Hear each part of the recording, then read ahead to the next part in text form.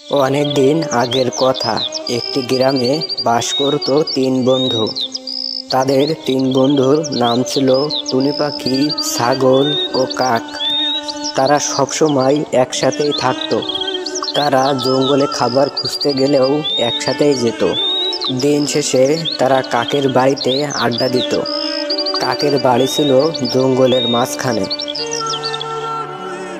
কিছুদিন পর রাতের বেলায় হঠাৎ একদিন ঝড় বৃষ্টি শুরু হয়ে গেল।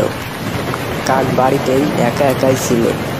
কাকের বাড়ির সামনেই ছিল একটি নলকূপ, আর হঠাৎ করে সেই নলকূপ থেকে একটি দৈত্য বেরিয়ে আসলো।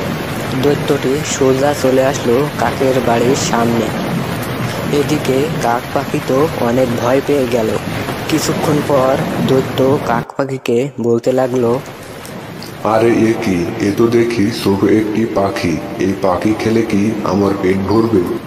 এই কথা বলে সে পাখিটিকে দৈত্য খেয়ে ফেলল। দৈত্যটি কিছুক্ষণের মধ্যেই আবার সেই নলকূপের ভিতরে ঢুকে গেল। এদিকে পরের দিন সকালবেলায় সেখানে ছাগল ও টুনি পাখি আসে কাকের বাড়িতে জঙ্গলে খাবারের সন্ধানে যাবে।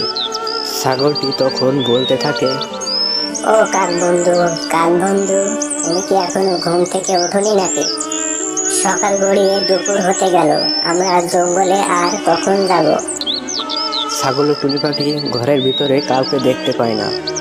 তাদের মনে অনেক সন্দেহ হয়, আর তারা চলে যায় একটি সাধু বাবার কাছে।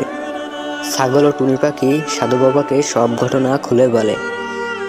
এদিকে সাধু বাবা তার জাদুশক্তি প্রয়োগ করে আর দেখে তার বন্ধুকে একটি দৈত্য খেয়ে নিয়েছে। টুনি ও ছাগল অনেক কান্নাকাটি করতে থাকে, আর তখন সাধু বাবা বলে, তোমার কাক বন্ধুকে আমি ফিরিয়ে আনতে পারি যদি এই ভিডিওটি যারা দেখছে একটি লাইক ও সাবস্ক্রাইব করে।